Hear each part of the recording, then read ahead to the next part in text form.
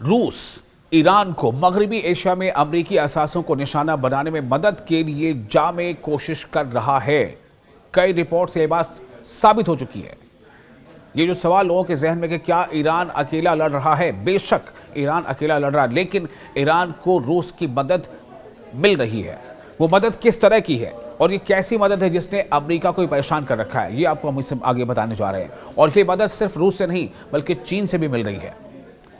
इसके क्या शवाहिद हैं, ऐसी क्या ऐसी खास बातें हैं, ये आपको हम इस वीडियो में बताने जा रहे हैं। रूस मगरबी एशिया, मगरबी यानी वेस्टर्न एशिया में अमरीकी अफवाज के हमलों से दिफा के लिए ईरान को अहदाफ से मुताल्लिक मालूमात फराहम कर रहा है।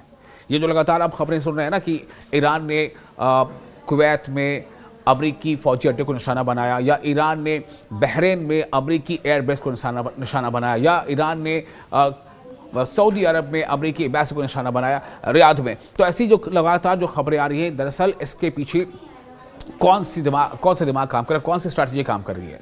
क्योंकि एक देश से किसी दूसरे देश के बिल्कुल पिन पॉइंट प्रिसिशन अटैक करते हुए, वो भी मिलिट्री बेसिस जैसी जगह पर अटैक करना और कामयाबी से उस अटैक को और उस मिसाइल को वहां तक दागना, ये बहुत आसान नहीं है। इसकी तैयारी या तो ईरान बहुत पहले से कर रहा है, और या फिर ईरान को, चूंकि ईरान के पास अपना सैटेलाइट निज़ाम उतना मुअस्सर नहीं है जितना कि अमेरिका या इसराइल के पास है। तो इसका मतलब क्या हुआ कि फिर उसकी मदद कहां से मिल रही है कि वो अमेरिका के इंटेलिजेंस या अमेरिका की जो रडार इंफॉर्मेशन है उससे भी आगे निकल जा रहा है और अमेरिका की बेसिस पर अटैक कर रहा है। दुनिया ये तो जानती है ना फिलहाल कि अमेरिका सुपर पावर है।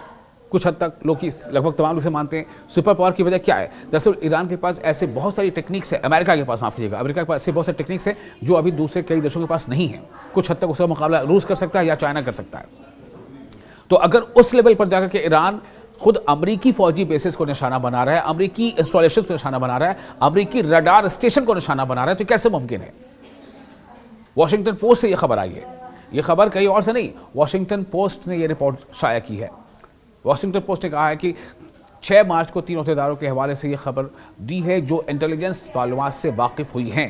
तीनों ओहदेदारों के मुताबिक जिन्होंने शनाख्त जाहिर न करने की शर्त पर यह बात लिखी है, वॉशिंगटन पोस्ट में रिपोर्ट छपी है कि क्रेमलिन यानी रूस की राजधानी, क्रेमलिन ने तेहरान को अमरीकी फौजी असासों के मकामात फराहम किए हैं जिनमें जंगी बहरी जहाज और तैयारे भी शामिल हैं।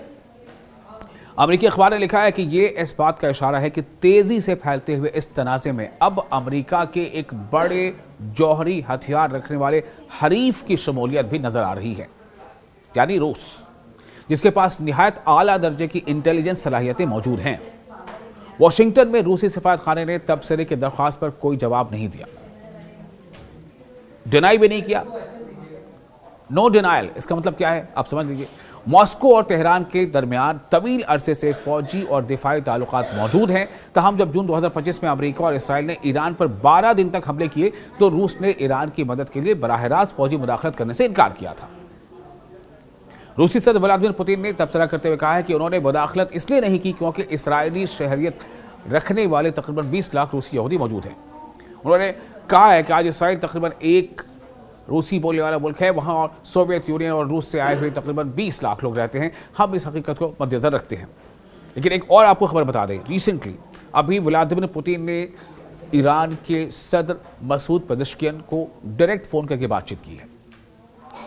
बताया तो ये जा रहा है कि उन्होंने आयतुल्लाह अली ख़ामनेई के कत्ल पे, उनके असैसिनेशन पर गहरे दुख का इजहार किया है और ईरान के सदर से इस बात को साझा किया है। उनको अपने एहसास से गम का जो है उन्होंने इजहार कराया है।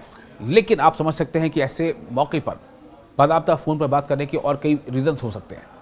तो व्लादिमीर पुतिन खुद फ़ोन पर बात कर रहे हैं ईरान के सदर मसूद पेज़ेश्कियान से।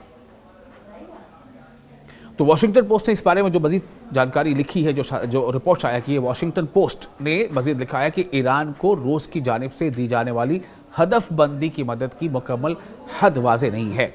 यानी कि जो टारगेट को सैटेलाइट इंफॉर्मेशन के ज़रिए से टारगेट को नोटिफाई करना, उसे लॉक करना और तमाम जो सैटेलाइट इंफॉर्मेशन है, सटीक इंफॉर्मेशन के बारे में देना, ये सब मदद रूस से ईरान को मिल रही है। ये और कोई नहीं, ये अमेरिका का अखबार ये बता रहा है। यानी रूस के लिए जो है वो ईरान के साथ दोस्ती निभाने का एक मौका है। चूंकि आपको याद होगा कि इस बारे में बहुत चर्चा हुई है कि रूस को यूक्रेन के खिलाफ जंग में ईरान ने बहुत मदद की थी, खासतौर से अपने ड्रोन से, और कई तरह की मदद की। तो रूस ने अब ये मदद ईरान की अगर की है तो क्या ये उसी मुआहिदे का कहीं ना कहीं एक हिस्सा है? और अगर रूस इस तरह से ईरान की लगातार मदद कर रहा है, जो खुद अमेरिका के अखबार वॉशिंगटन पोस्ट में यह खबर शाया हो रही है, तो यह खबर अमेरिका के लिए कितनी तकलीफदेह आप समझ सकते हैं। अमेरिका और इसराइल ने 28 फरवरी को ईरान के खिलाफ एक बड़ी फौजी मुहिम शुरू की, जिसमें हजारों बमबारी के हमले और मिसाइल इस्तेमाल किए गए। इसके जवाब में ईरान ने खलीज में अमरीकी अहदाफ यानी अमरीकी इस्टेब्लिशमेंट्स जितने भी हैं, चाहे एयर बेसेस हों, फौजी अड्डे हों, या मिलिट्री इंस्टॉलेशंस हो, या रडार स्टेशन हो, उन सब पर हजारों बैलिस्टिक मिसाइल और ड्रोन दागे हैं, जिनमें फौजी अड्डे, रडार, बहरी असासे यानी नेवल और मिसाइल दिफाई निज़ाम शामिल थे। और इस तरह से इतवार को जो कुवैत पे एक हमला हुआ है ज़बरदस्त, कुवैत में एक अमरीकी अड्डे पर ईरानी ड्रोन हमले में 6 अमरीकी फौजी हलाक भी हो गए थे। जब ईरान के लिए रूस और चीन की हिमायत के बारे में पूछा गया तो अमरीकी वज़ीर जंग जो हैं पीट हेगेस, उन्हें अहमियत न देते हुए कहा कि दरअसल यहाँ कोई बड़ा अवसर नहीं है। यानी एक तरह से उन्होंने इसको इग्नोर किया था, लेकिन अब उसी अमेरिका के वॉशिंगटन पोस्ट अखबार में खबर छप रही है। तो ऐसा लगता है, दावा आया है कि वाकई ये काफ़ी जामे कोशिश है। ईरान अगर लड़ रहा है तो अपने हौसले से लड़ रहा है, लेकिन उससे बहुत तरह की जो मॉडर्न टेक्निकल वॉरफेयर, जो डेटा और कम्युनिकेशन से रिलेटेड है, उसमें चीन के साथ साथ रूस का ज़बरदस्त साथ मिल रहा है।